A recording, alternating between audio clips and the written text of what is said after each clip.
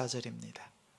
사무엘상 7장 3절부터 14절, 구약 417쪽입니다.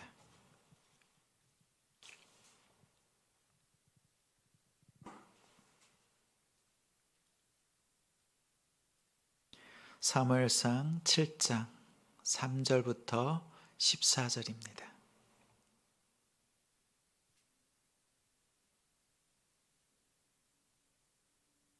한 절씩 교독하겠습니다. 제가 먼저 3절 읽겠습니다. 사무엘이 이스라엘 온 족속에게 말하여 이르되 만일 너희가 전심으로 여호와께 돌아오려거든 이방 신들과 아스다롯을 너희 중에서 제거하고 너희 마음을 여호와께로 향하여 그만을 섬기라. 그리하면 너희를 블레셋 사람의 손에서 건져내시리라. 이에 이스라엘 자손이 바알들과 아스다롯을 제거하고 여호와만 섬기리라. 사무엘이 이르되 온 이스라엘은 미스바로 모이라. 내가 너희를 위하여 여호와께 기도하리라 하매 그들이 미스바에 모여 물을 길어 여호와 앞에 붓고 그날 종일 금식하고 거기에서 이르되 우리가 여호와께 범죄하였나이다 하니라. 사무엘이 미스바에서 이스라엘 자손을 다스리니라. 이스라엘 자손이 미스바에 모였다 함을 블레셋 사람들이 듣고 그들의 방백들이 이스라엘을 치러 올라온지라. 이스라엘 자손들이 듣고 블레셋 사람들을 두려워하여 이스라엘 자손이 사무엘에게 이르되 당신은 우리를 위하여 우리 하나님 여호와께 쉬지 말고 부르짖어 우리를 블레셋 사람들의 손에서 구원하시게 하소서 하니 사무엘이 젖먹는 어린 양 하나를 가져다가 온전한 번제를 여호와께 드리고 이스라엘을 위하여 여호와께 부르짖음에 여호와께서 응답하셨더라. 사무엘이 번제를 드릴 때에 블레셋 사람이 이스라엘과 싸우려고 가까이 오매 그날에 여호와께서 블레셋 사람에게 큰 우레를 말하여 그들을 어지럽게 하시니 그들이 이스라엘 앞에 패한지라. 이스라엘 사람들이 미스바에서 나가서 블레셋 사람들을 추격하여 뱃갈 아래에 이르기까지 쳤더라. 사무엘이 돌을 취하여 미스바와 센 사이에 세워 이르되 여호와께서 여기까지 우리를 도우셨다 하고 그 이름을 에베네셀이라 하니라. 이에 블레셋 사람들이 굴복하여 다시는 이스라엘 지역 안에 들어오지 못하였으며 여호와의 손이 사무엘이 사는 날 동안에 블레셋 사람을 막으심에 블레셋 사람들이 이스라엘에게서 빼앗던 성읍이 에그론부터 가드까지 이스라엘에게 회복되니 이스라엘이 그 사방 지역을 블레셋 사람들의 손에서 도로 찾았고 또 이스라엘과 아모리 사람 사이에 평화가 있었더라. 아멘. 기도의 사람은 다릅니다. 기도의 사람은 다릅니다. 라는 제목으로 말씀 전하겠습니다. 성도님들은 건강하십니까? 건강하세요? 우리 몸 중에서 혈관, 작은 혈관 하나만 막혀도 건강에 이상이 생깁니다. 하나님께서 우리의 몸을 지키시고 또 인도하셔서 이렇게 예배케 하신 것 감사하면서 우리의 영적인 부분도 우리의 영적인 모든 영역에도 하나님의 은혜가 하나님의 복이 흘러 공급되기를 주님의 이름으로 축원합니다.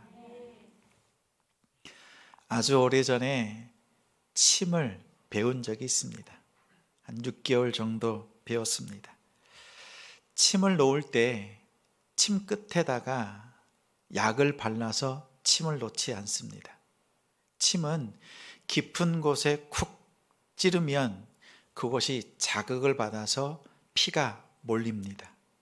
혈류량이 증가하면서 몸 스스로 몸을 치료하게 하는 방법이 침술입니다. 그 침을 가르쳐 주셨던 분이 명의와 돌파리를 구분하는 방법을 알려주셨습니다. 명의는 침 한 번으로 고칩니다. 돌팔이는 이곳저곳 침을 많이 놓습니다. 그래서 그 중에서 하나 얻어 걸리면 그때 치료됩니다. 혹시나 침 맞으러 갔을 때 많이 놓는다, 한두 개 놓는다, 이것 보면 명의인지 돌팔인지 알 수 있습니다. 사무엘은 명의입니다. 명의. 나라와 민족의 아픔이 무엇인지를 알았습니다. 이스라엘 백성들의 고통은 끝이 없었고 참혹했습니다. 오늘 본문의 말씀이 주어지기 전 20년 전에 블레셋과의 전투에서 패배했습니다. 여호와의 법궤를 가지고 나아갔지만 그 법궤마저도 빼앗겼습니다. 이 일로 당시 엘리 제사장은 목이 부러져 죽었습니다. 그의 아들, 하나님께 불순종했던 하나님의 재물을 아무 것이나 자기 것으로 취하고 회막에 섬기는 여인들을 마음대로 융간했던 아주 악했던 아들들이었습니다. 홈리와 비느하스도 전쟁에서 죽었습니다. 이스라엘은 완패당했습니다. 사무엘상 4장 1절에 그곳의 이름이 에베네셀이었습니다. 나라의 슬픔과 아픔이 서려 있는 곳. 그 후에도 이스라엘의 고통은 극에 달했습니다. 2절에 보니까 괴가 기랏 여아림에 들어간 날부터 20년 동안 오래 있은지라 이스라엘 온 족속이 여호와를 사모하니라. 블레셋이 법궤를 빼앗아 갔지만 법궤를 통해서 하나님께서 블레셋을 징계하셨습니다. 그러자 그들은 법궤를 다시 이스라엘로 보냈습니다. 20년 동안 기랏 여아림에 법궤가 머물렀습니다. 근데 여기 보니까 한글 번역으로는 여호와를 사모했다 이렇게 번역을 했습니다. 이것을 보면 마음으로 사랑하고 연모했다 이런 것처럼 보이지만 본래의 뜻은 이렇습니다. 이스라엘의 온 집이 주를 구하면서 통곡했다라는 말입니다. 통곡했다. 왜냐하면 3절에 그 이유가 다시 한번 드러납니다. 너희가 여호와께 돌아오면 너희를 블레셋 사람의 손에서 건져내시리라. 그럼 지금 어떤 상황이 있다는 거예요? 블레셋의 침략, 그들의 영향을 받고 있는 상태라는 뜻입니다. 다시 말하면 법궤가 기란 여아림으로 돌아왔지만 평안했다는 것이 아니라 20년이 지난 지금도 블레셋의 노략질, 침략을 받는 상황이므로 지금 여호와께 돌아가면 하나님께서 구원해 주신다. 이렇게 사무엘이 선포했던 것입니다. 이스라엘 백성들의 문제는 하나님을 떠난 것, 하나님을 싫어서 버린 것입니다. 하나님을 배반한 이스라엘이었습니다. 기도의 사람 사무엘은 이스라엘 백성들의 그 고통, 영적으로 막혀 있는 부분이 무엇인지를 단번에 알아챘습니다. 우리가 동맥경화에 걸리면 움직이기가 어렵고 또 건강에 문제가 생기는 것처럼 그 막힌 부분을 사무엘은 단번에 알아채리고 처방을 합니다. 이스라엘이 만난 문제는 블레셋이라고 하는 나라가 문제가 아니었습니다. 하나님을 떠난 것이 문제였습니다. 그래서 3절에 만일 너희가 전심으로 여호와께 돌아오려거든, 여호와께 돌아오는 것, 이것이 여호와께 멀어져 있는 것이 이스라엘의 상황이었습니다. 사무엘은 이스라엘이 하나님께 돌아오는 길, 돌아오는 그 과정을 오늘 본문을 통해서 가르쳐 줍니다. 이 원리는 우리에게도 동일하게 적용이 됩니다. 오늘 이 원리를 우리의 마음속에 새기고 하나님께로 돌아가는 길이 어디에 있는지, 또 나의 삶 속에서 무엇이 막혀 있는 건지 살피면서 말씀을 통해서 깨닫는 이 시간이 되길 바랍니다. 사무엘은 하나님께 기도하는 사람이었습니다. 성도님들도 기도하는 하나님의 사람이지요. 그러면 두 가지를 살펴주시기 바랍니다. 기도하는 사람은 내 곁에 있는 사람들, 가족들, 친구들, 일터에 또 내가 만나는 이웃들, 그들 가운데 문제가 무엇인지 살피는 사명이 있습니다. 사무엘이 이스라엘 백성들을 살폈던 것처럼 여러분도 기도하는 자리에서 여러분의 이웃들을 살피시는 기도하는 여러분들이 되길 바랍니다. 우리의 성숙은요, 내가 나를 위해서 기도할 때보다 이웃을 위해서, 다른 누군가를 위해서 기도를 시작할 때 우리의 성숙이 시작이 됩니다. 그리고 한 가지 더 기억할 것은, 명의는 다른 사람에게 침 하나로 고치는 거지만 명의는 자기 자신의 몸에 더 많은 침을 꽂습니다. 이처럼 기도하는 사람은 자기 자신을 더 철저하게 돌아보면서 하나님 앞에 믿음으로 굳게 서야 합니다. 내가 건강해야 누군가를 살려낼 수 있습니다. 우리가 영적으로 건강해야 영적으로 아픈 사람들을 보고 그들을 구해낼 수 있습니다. 오늘 기도의 사람 사무엘의 당부를 통해서 주변에 있는 우리 죽어가는 영혼들을 살리고 또 나 자신도 점검하는 복된 시간이 되길 바랍니다. 첫째는 전심으로 회개입니다. 전심으로 회개. 전심으로 회개해야 합니다. 3절과 4절 제가 읽겠습니다.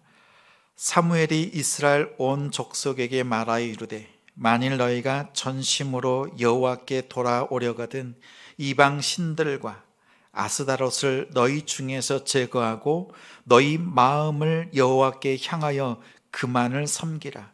그리하면 너희를 블레셋 사람의 손에서 건져내시리라. 이에 이스라엘 자손이 바알들과 아스다롯을 제거하고 여호와만 섬기니라.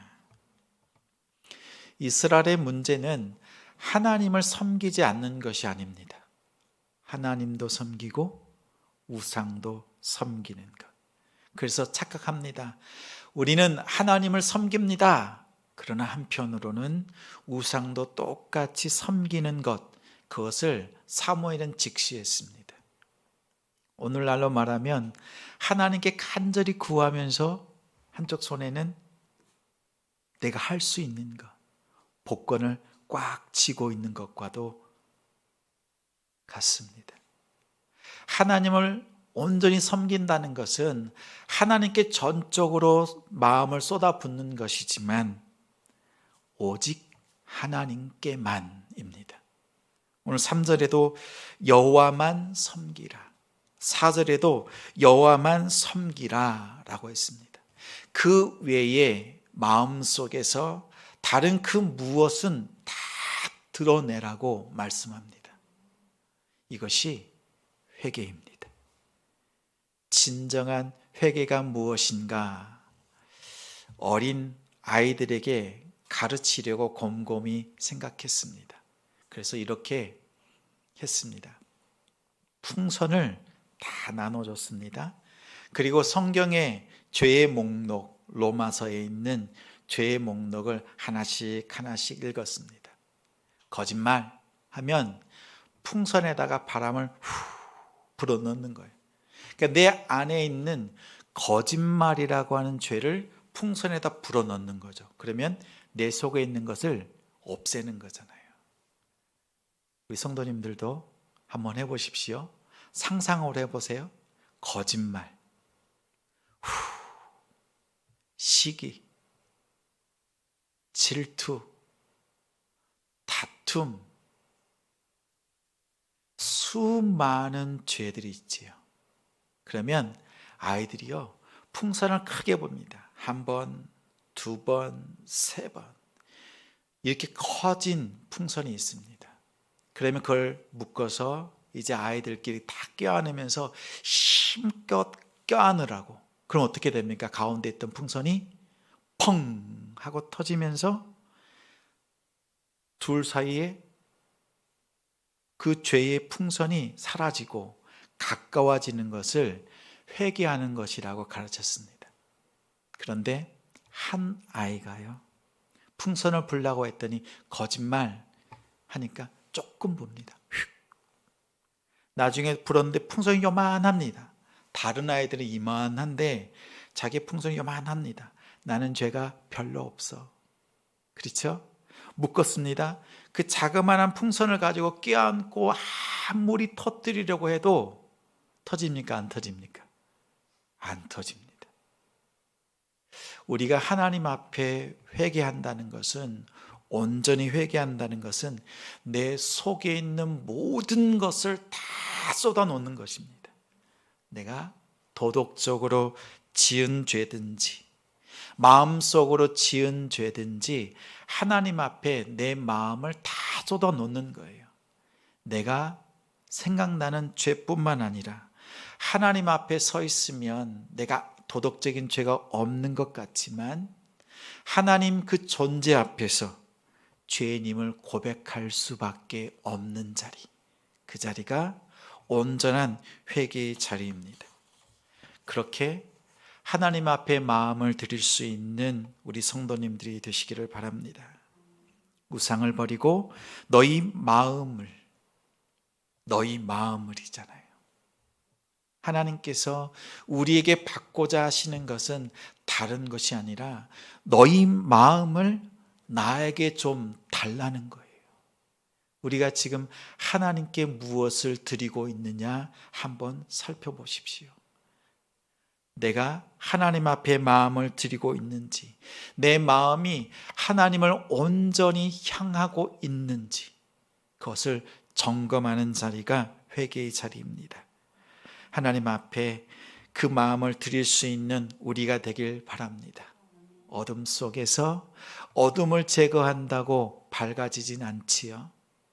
내 속에 빛이 들어올 때 우리의 삶이 영원히 밝아집니다. 다른 말로 내가 내 속에 있는 죄를 다 끄집어내고 자복한다고 내가 거룩한 사람이 되지 않습니다.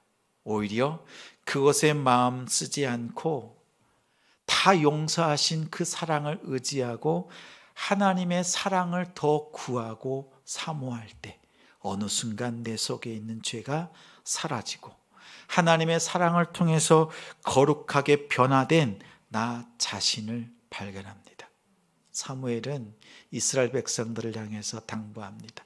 너희 마음속에 오직 여호와만 섬기라. 여호와를 품을 때 우리의 영혼 또한 다시 거듭나는 줄 믿습니다.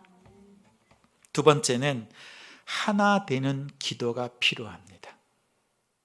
하나 되도록 기도해 주시기를 당부합니다. 5절과 8절에 보면 사무엘이 이르되 온 이스라엘은 미스바로 모이라. 내가 너희를 위하여 여호와께 기도하리라 하매 거기서 이르되 우리가 여호와께 범죄하였나이다 하니라. 8절에 이스라엘 자손이 사무엘에게 이르되 당신은 우리를 위하여 우리 하나님 여호와께 쉬지 말고 부르짖어 우리를 블레셋 사람들의 손에서 구원하시게 하소서 하니. 스코틀랜드, 우리 영국이 여러 가지 이렇게 내등분이 되어 있잖아요. 그 당시에 스코틀랜드를 다스렸던 메리 여왕이 있습니다. 가장 역사적으로 어두웠던 때였습니다. 종교적으로는 부패했고 도덕적으로는 도덕이 땅에 떨어진 때였습니다. 정치는 표류하고 있던 때였습니다. 메리 여왕 자신은 스스로도 불륜의 범죄를 저지르고 있었고 그 나라 안에 우상 숭배가 만연하던 때였습니다. 그런 한 치 앞도 내다볼 수 없는 스코틀랜드를 품고 기도하는 한 사람이 있었습니다. 하나님, 이 스코틀랜드를 구원해 주십시오. 그렇지 않으면 차라리 저에게 죽음을 주십시오 라고 기도했던 한 사람, 존 낙스라고 하는 개혁자였습니다.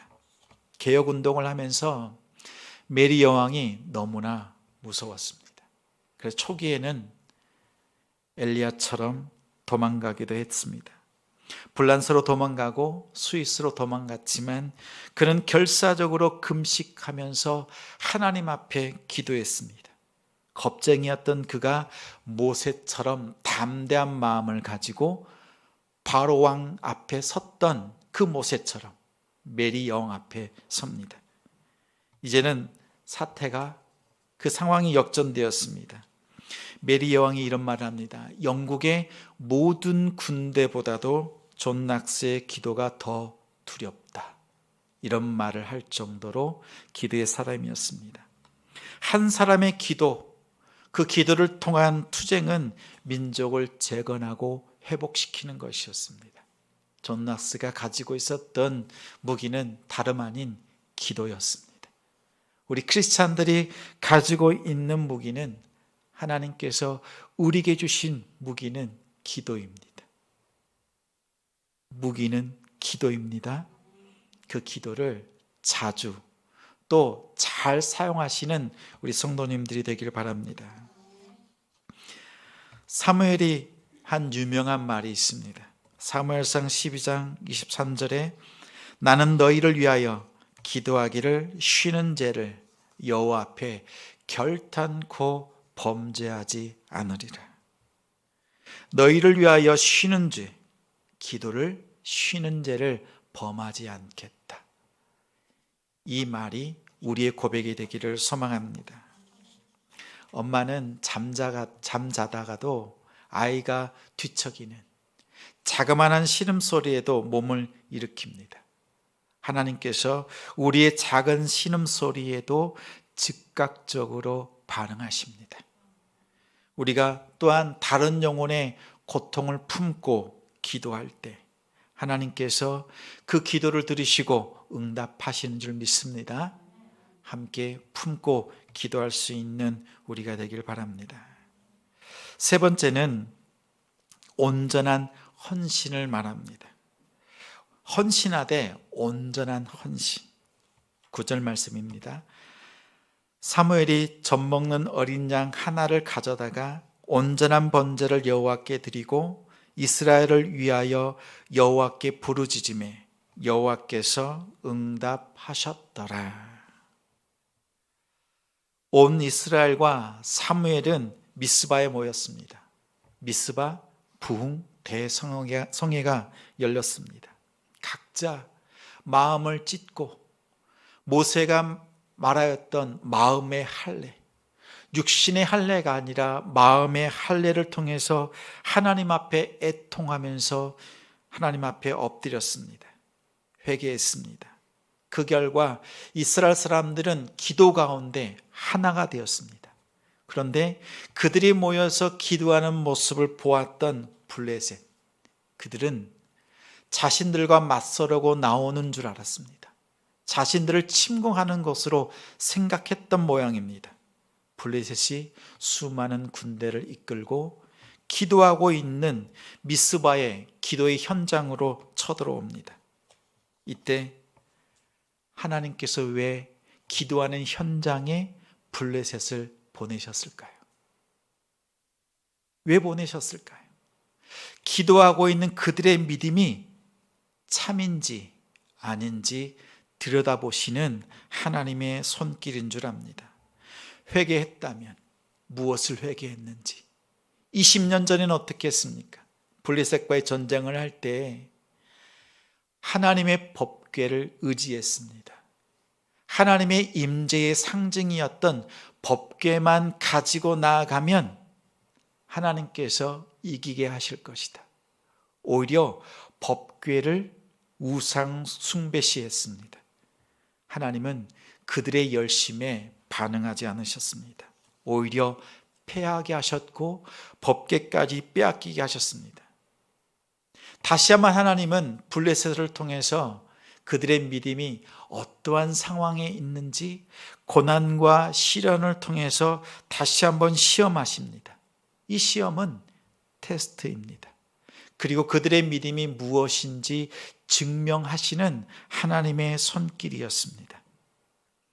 이스라엘은 하나님을 구합니다.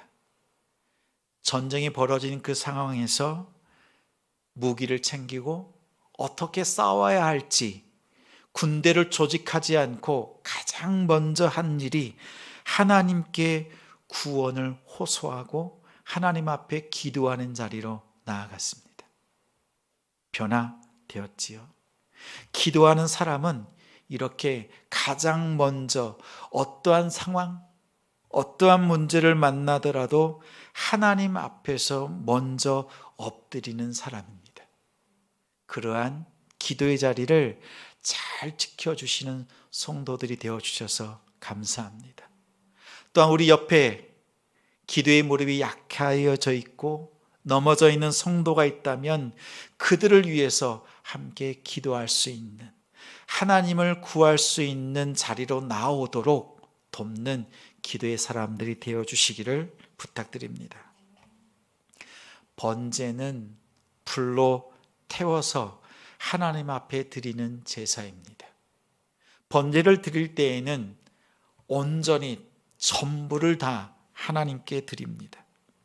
하나님께 황소를 드리고 양과 염소를 드립니다. 태워드립니다. 결국 놋제단 위에 다 태워드리고 나면 남는 것은 무엇이 있습니까? 한 줌의 재.